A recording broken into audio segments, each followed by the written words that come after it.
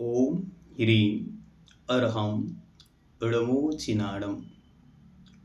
श्रीमद् महान सूत्रकार जैन सिद्धांत मर्मज्ञ आचार्य देव उमा सौमीकृत श्री तत्वार्थ सूत्र ग्रंथराज।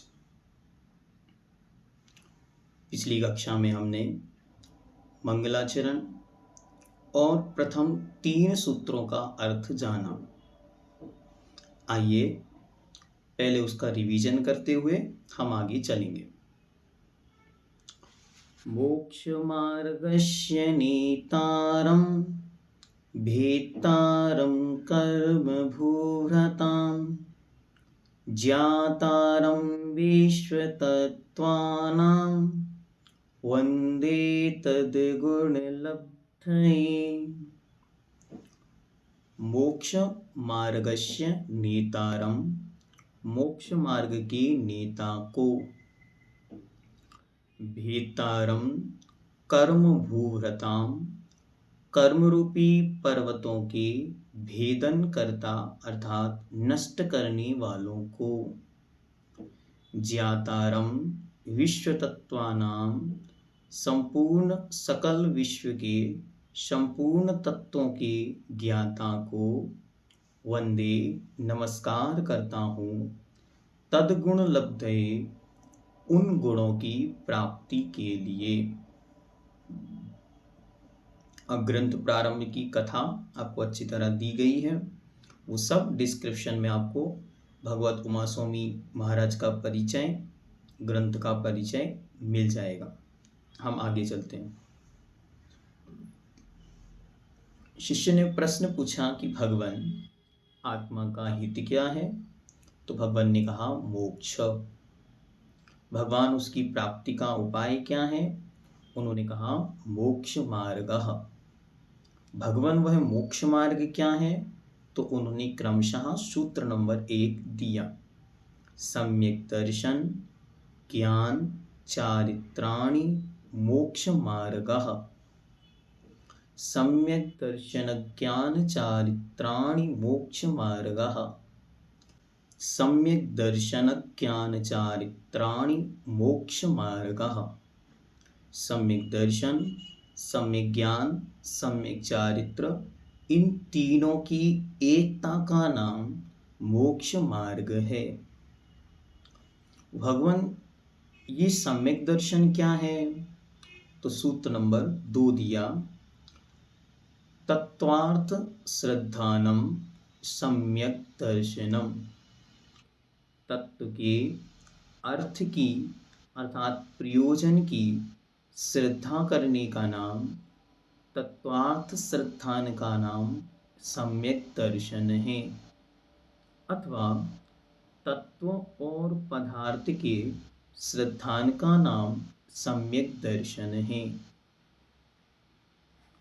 भगवान, इनकी उपलब्धि, उत्पत्ति किस प्रकार होती है?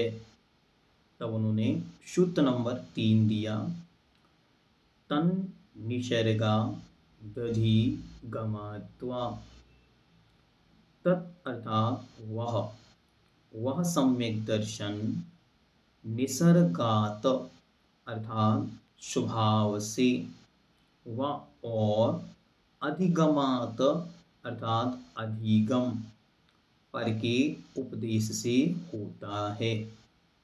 यहाँ तक विषय बहुत विस्तार में आपके सामने पूर्व में रखा गया। आइए अब आगे चलते हैं। शिष्य प्रश्न करता है कि हे भगवान, तत्व की श्रद्धा का नाम मोक्ष मार्ग है। वहाँ जो तत्व शब्द कहा गया उससे हम क्या समझें? तत् मतलब वह वस्तु, त्व मतलब पना, उस वस्तु के भाव का श्रद्धान करना है। लेकिन वो वस्तु है क्या? तब आचार्य महाराज ने सूत्र नंबर 4 रखा। आइए देखते हैं।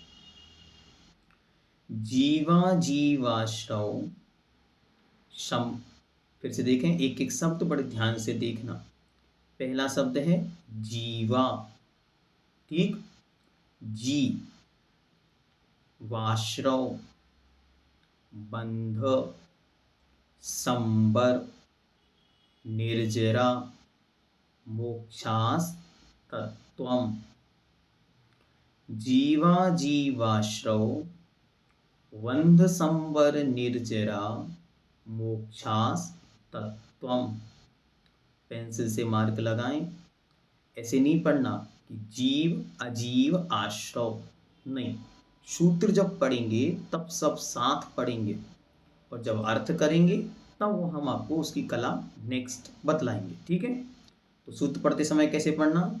जीवा जीवाश्रव बंध संबर निर्जरा मोक्षास तत्वम। जीवा जीवाश्रव वंद संवर निर्जरा मोक्षास्तत्वम। अब इसको संधि विच्छेद कहते हैं, मतलब ऑपरेशन करना। मैं से कहता हूं शब्दों का ऑपरेशन। उससे क्या होगा? सारे शब्द एकदम क्लियर हो जाएंगे। तो पहला शब्द है जीव, दूसरा शब्द है अजीव, तीसरा शब्द है आश्रव, चौथा शब्द है वंद, फिर संबर निर्जरा मोक्ष, मोक्षः शब्द है मोक्षः, और अंतिम शब्द है तत्व। ठीक है, ये हो गया इस सब का पूरे सूत्र को 8 शब्द इसके अंदर हैं। क्लियर हुआ? अब इसका अर्थ देखते। जीव अजीव आश्रव वंध संबर निर्जरा और मोक्षः, उसमें बहुवचन है। मतलब ये मोक्ष, ये सातों जो पहले कह दिए गए हैं वे सातों तत्वम तत्व हैं। जीव अजीव आश्रव वंध संबर निर्जरा और मोक्ष, ये सातों तत्व हैं। और इन तत्वों के स्वरूप का श्रद्धान करना, इनके प्रयोजन का श्रद्धान करना सम्यक दर्शन है। इसीलिए इन सातों को जानना बहुत जरूरी है, बहुत महत्वपूर्ण है। आचार्य भगवंतों ने कहा कि जो संसार अनंत है वो अनंत इस सम्यक दर्शन की उत्पत्ति से अर्धपुद्गल परावर्तन शेष अथवा चुल्लू भर पानी के बराबर शेष रहने वाला है, अथवा जब संसार चुल्लू भर पानी बराबर शेष रहे तब सम्यक दर्शन होगा। तो आज अगर हम सम्यक दर्शन की भूमिका बना रहे हैं, इंट्रोडक्शन पा रहे हैं, और अगर मानो आज हमें सम्यक दर्शन हो जाए तो अनंत भव सागर जो है समुद्र बराबर हमारा संसार, वो सूख करके एक चुल्लू भर पानी प्रमाण बचेगा। मतलब इतना कम कि एक अंजुली में जो पानी भरा हुआ है उसका समय कितना? थोड़ा सा। किसके अगेंस्ट में? अनंत सागर। अनंत सागर से एक चुल्लू भर पानी करना कितनी बड़ी बात, महानतम बात। करेंगे कैसे? इन्हीं सातों तत्वों की सच्ची श्रद्धा से। इसीलिए पूरे जिन आगम का मूल सूत्र है क्या? सम्यक दर्शन की प्राप्ति करो, सम्यक ज्ञान की आराधना करो और चारित्र को प्राप्त करो। तो सबसे पहले क्या करना है? सम्यक दर्शन। कैसे होगा? तत्वार्थ श्रद्धानम सम्यक दर्शनम। तत्व क्या है? फोकस करो। सूत्र नंबर 4। ये सातों तत्व हैं, इनका स्वरूप जैसा वीतराग सर्वज्ञ अरिहंत महाप्रभु ने कहा है, एज इट इज श्रद्धान करना है। जैसा उन्होंने कहा मुझे वैसा श्रद्धान करना है। कैसा कहा और कैसी हमारी श्रद्धा है, इन दोनों को अच्छी तरह यदि आपको जानना है तो छह ढाला की दूसरी ढाल को पहले अच्छी तरह पढ़ें, तो आपको पता चलेगा हमारी विपरीत श्रद्धाएं क्या हैं, हम क्या सोचते हैं। और फिर हम तीसरी ढाल पढ़ेंगे तो हमें पता चलेगा कि वास्तविक श्रद्धा तत्वों की क्या है, तत्व है क्या और हम तत्व को मानते क्या हैं। तत्व क्या है, तो ओरिजिनली तत्व दो हैं, एक जीव और एक अजीव। बाकी सब क्या है, बाकी सब इन दोनों की मिली हुई अवस्थाएं या इनसे अलग होने की अवस्थाएं। जैसे पहला है जीव, जीव मतलब मैं आत्मा, अजीव मेरा शरीर पुद्गल, ये अजीव हो गया। तो जीव अजीव, इन दोनों के मिलने से जो कर्मों का आना होता है, उस कर्मों के आने का नाम आश्रव। वो जो कर्म आता है और मुझ आत्मा के साथ चिपक जाता है, एक मेक हो जाता है, उसका नाम है बंध। जब मैं जीव आत्मा अच्छी तरह ये निर्णय करता हूं कि ये बंध मेरे लिए नुकसानदायक है, तो क्या करो, इस बंध को रोक दो। जब मैं उस बंध को, उस आश्रव के द्वार को रोक देता हूं, तब उसका नाम है संबर। और जो पहले से इकट्ठा किया हुआ कर्म है, वो धीरे धीरे जब कम होता है, इसका नाम है निर्जरा। और जब सारे कर्म मुझ आत्मा से पृथक अलग हो जाते हैं, इसका नाम है मोक्ष।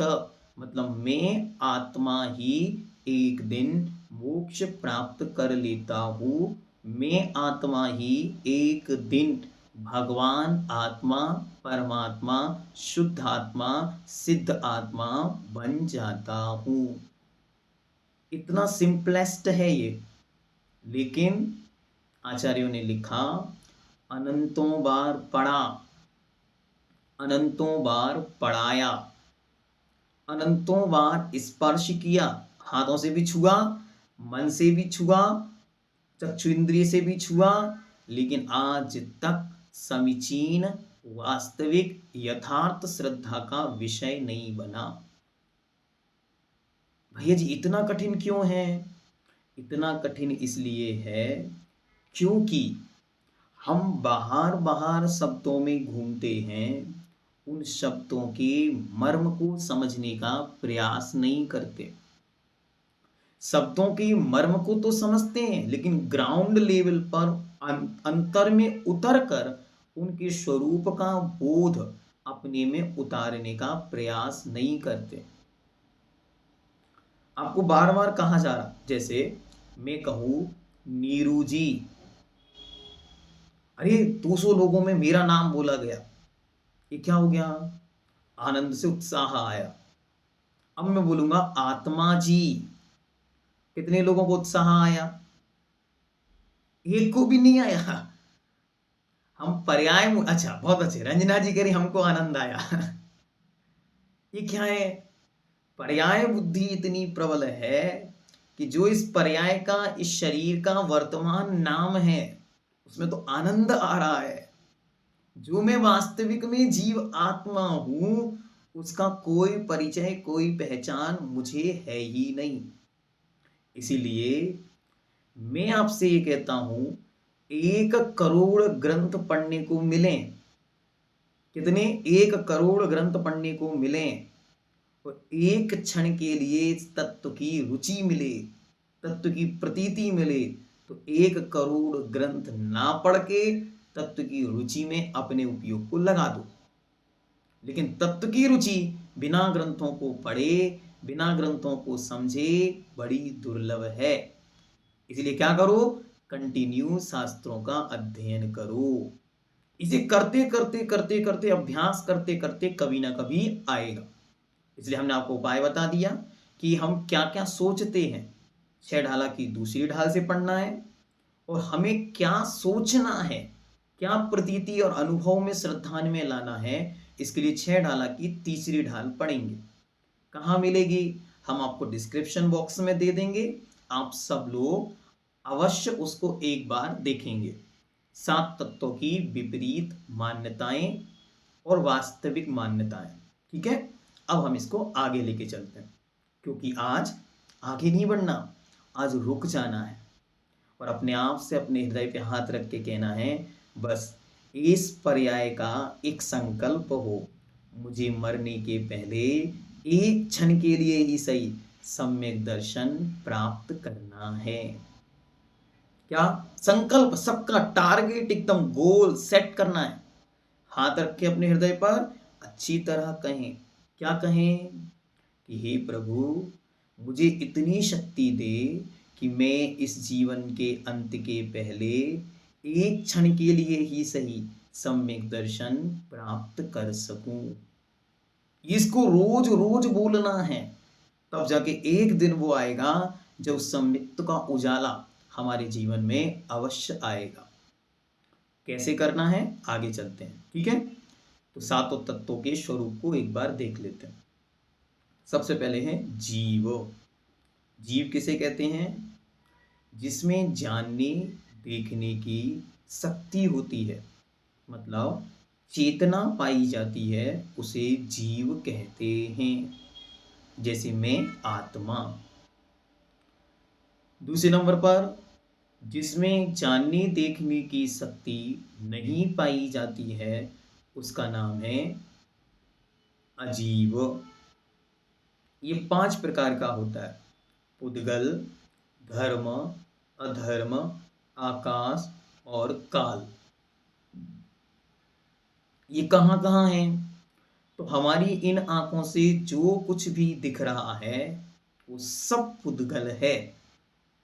ठीक है, वो सब अजीब है। इसके बाद आगे चलें तो ये जीव और ये अजीब जब ये दोनों मिलते हैं, अथवा यूं मानो कि अनादिकाल से ये दोनों मिले हुए हैं, जब से ये मिले हुए हैं तब से ही इनके मन, वचन और काय, मन मतलब माइंड, वचन मतलब बोलना, वोकल, और काय मतलब शरीर, एक्शन, इन तीनों के माध्यम से, इन तीनों के द्वारा निरंतर कोई ना कोई एक्शन होता है। हमें दिखाई दे ना भी दिखाई दे, जैसे कोई व्यक्ति बैठा है और आंखें बंद करके आपके सामने बैठ गया, आपको लग रहा है कुछ नहीं कर रहा है, लेकिन उसके मन में कुछ चल सकता है, उसके वचनों में भी कुछ चल सकता है। जल्पन, अंतर जल्प जिसको बोलते हैं, मानो कोई ईड़मोकार मंत्र की माला गिन रहा है, ऊपर से ओंठें, उस ओंठ उसके बंद हैं, लेकिन अंदर अंदर जिह्वा हिलती है, तो वहां वचन योग संभव है।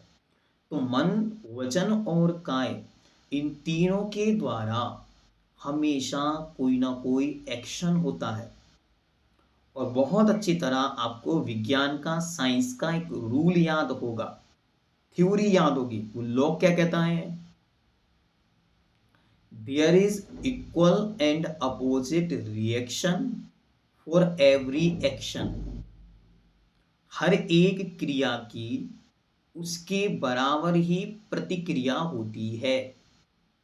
तो यहां जीव में, जीव और अजीव के मिलन से जो जीव में मन वचन काय के निमित्त से जो एक्शन होता है, जो क्रिया होती है, चाहे वो मन में हो, वचन में हो अथवा काय में हो, उससे इन्वायरमेंट में, बाहर में क्या होता है? बाहर में एक रिएक्शन क्रिएट होती है, और उस रिएक्शन के कारण वे कर्म वर्गणाएं, कर्म पार्टिकल्स, कर्म एनर्जी आकर के आत्मा से चिपकने लगती है, अटैच्ड होने लगती है।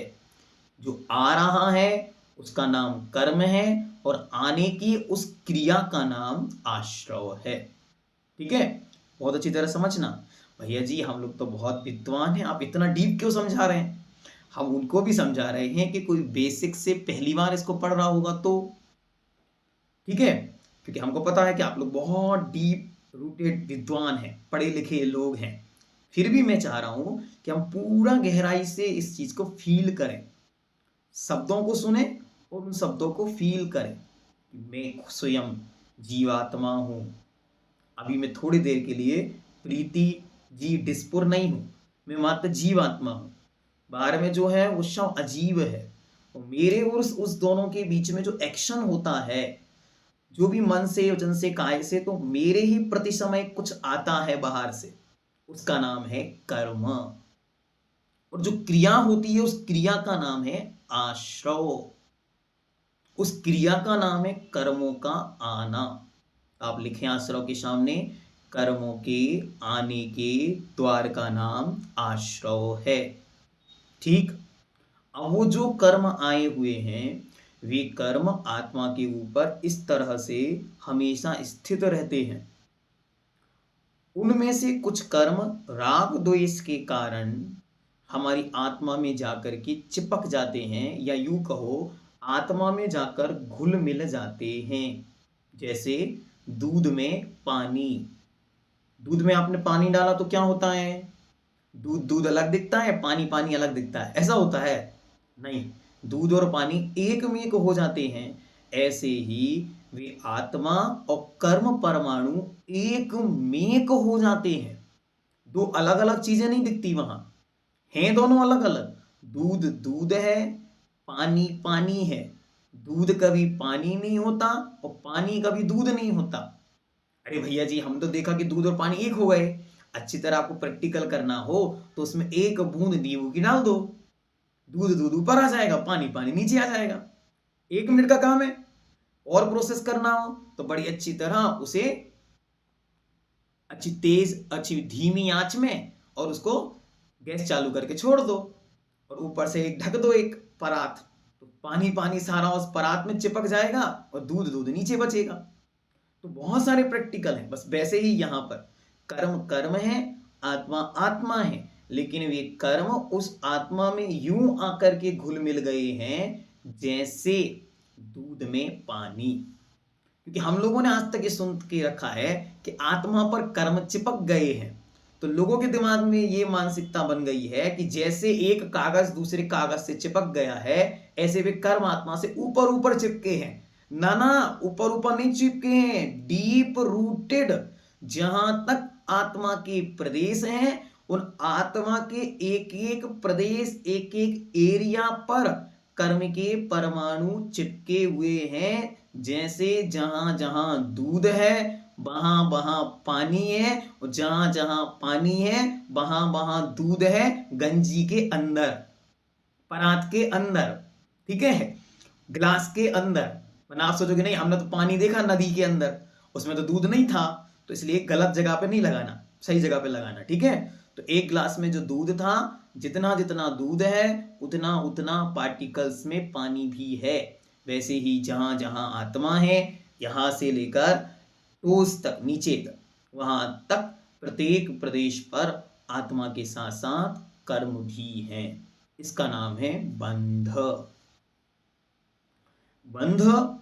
और जब किसी के मन में आया कि ये बंध बहुत हुआ, कब से कर रहे हैं, बहुत समय से चल रहा है, कब तक चलेगा, कब तक चलेगा, बस ये जिस दिन मन में आएगा उसी दिन उसने आश्रव जिनसे कर्म आते थे उन चीजों को धीरे धीरे कम किया। वो आपको आगे नेक्स्ट चैप्टर्स जब आएंगे तो 8वें अध्याय में 7वें अध्याय में इन सब चीजों को खूब डिटेल में समझाएंगे। इसलिए हम आपको केवल उनको डिफाइन करने का तरीका आपको बता रहे हैं, क्योंकि फीलिंग में आपके वो आ जाएं, ठीक है। इतना डीप रूटेड भी नहीं जाएंगे तो सिंप्लीफाई भी हम उसको समझ सकते हैं, लेकिन हम चाह रहे हैं कि आप डीप रूटेड उतर जाएंगे तो आपको बहुत अच्छी तरह उसका आनंद भी आएगा। क्योंकि ये हमारा डेली प्रोसेस है, कोई ऐसा स्पेसिफिक दिन नहीं होता कि आज ही कर्म बनेंगे।